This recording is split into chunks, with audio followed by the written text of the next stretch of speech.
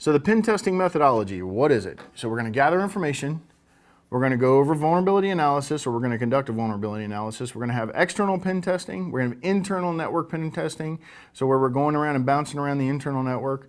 Firewall pen testing, so we're going to test the firewall rules and configurations and see if we're allowing malware through, can I get to any IP that I want, so on and so forth.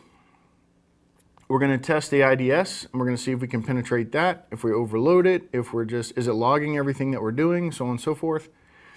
We want to perform password cracking and penetration testing on whatever passwords they're going to give us or that we can steal. And then social engineering penetration testing. We're going to perform some phishing maybe. And then web application penetration testing. We're going to go after the web apps themselves. We may look for some SQL databases and try to get into those. Is it acceptable to structured query language attacks like SQL injection? Router and switch testing, wireless network testing, denial of service testing, which very rarely will people let you do. Very incredibly rarely will they let you do that. Then we're going to see how they handle stolen laptops, PDAs, cell phones, that kind of thing. Source code penetration testing, so we're going to go over the source code and then analyze that in a methodological way, like, for example, static analysis. And then we have physical security penetration testing, like lock picking and that kind of thing. Do people notice that I'm picking a lock in broad daylight? What happens if I pick a lock? Does the alarm go off? You know, that kind of thing. Then we have security camera pen testing. Can they see my face? Can they see my license plate? Are the cameras focused properly? That's a whole separate class on that alone. And then database pen testing. So we talked about that earlier with SQL injection. This is going to be, I steal a table. Did they notice that I stole the table? VoIP pen testing. So we talked about this earlier, that snooping VoIP traffic is considered wiretapping, and we have to be very careful what we do in VoIP penetration testing. Then we also have virtual private network pen testing, or VPN pen testing. Cloud penetration testing. What's the difference between what we normally do and the cloud, right?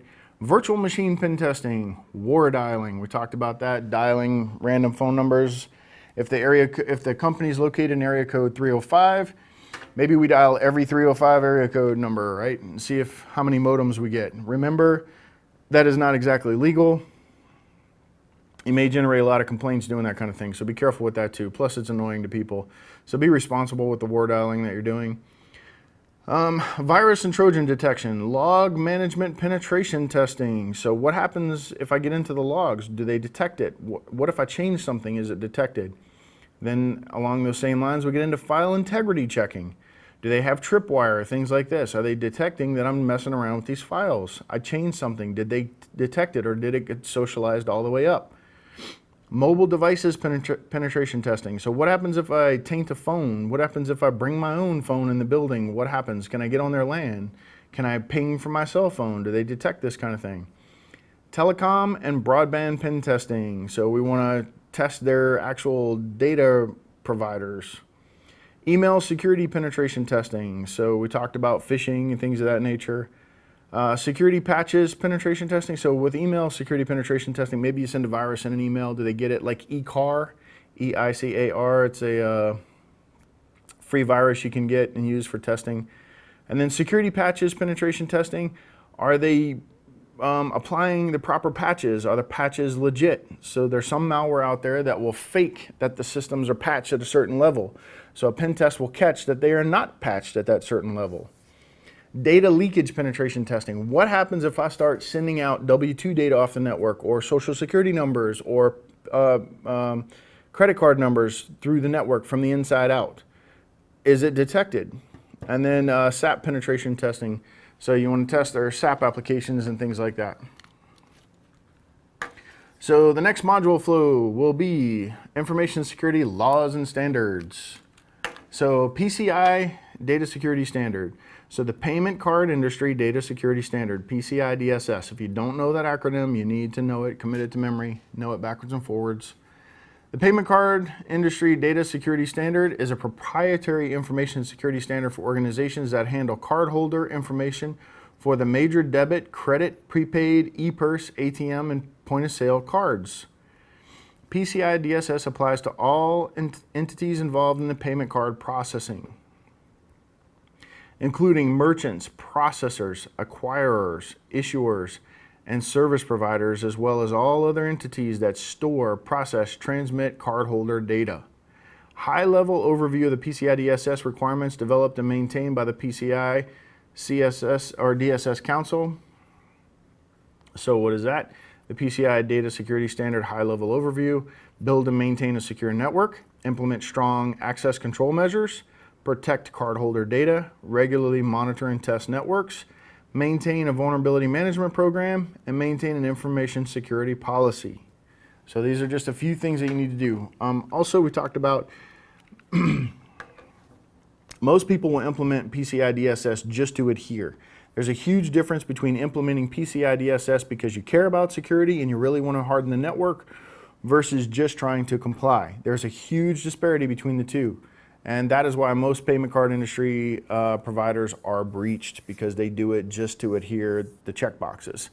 So there's a lot of loopholes for them. If they want to exploit them, they can. So they're cheating them, you, and making more security problems on the network than there needs to be. So just keep that in mind, that when you test this kind of thing, don't assume that they've done it properly. Assume that they have not, and try to get them to do it properly. So bring those things to their knowledge. Make them aware that you're doing it for checkboxing, not for real security implementation. Like I said, there's a huge disparity between the two. So ISO IEC 27001-213, so obviously this was updated. It specifies the requirements for establishing. Okay, so this is also a test question. Also, you see some questions about the PCI DSS as well. The ISO IEC 27001-213 specifies the requirements for establishing, implementing, maintaining, and continually improving information security management system within the context of the organization. It is intended to be suitable for several different types of use, including the following: use with organizations to formulate security requirements and objectives, use within organizations as a way to ensure that the security risks are cost-effectively managed, used within organizations to ensure compliance with laws and regulation, and the definition of new information security management processes, so they're going to define them, and then identification and clarification of existing information security management processes, used by management of organizations to determine the status of information security management activities, and implementation of business enabling information security, used by organizations to provide relevant information about information security to customers. So this is a very broad standard, right? It's a lot of stuff.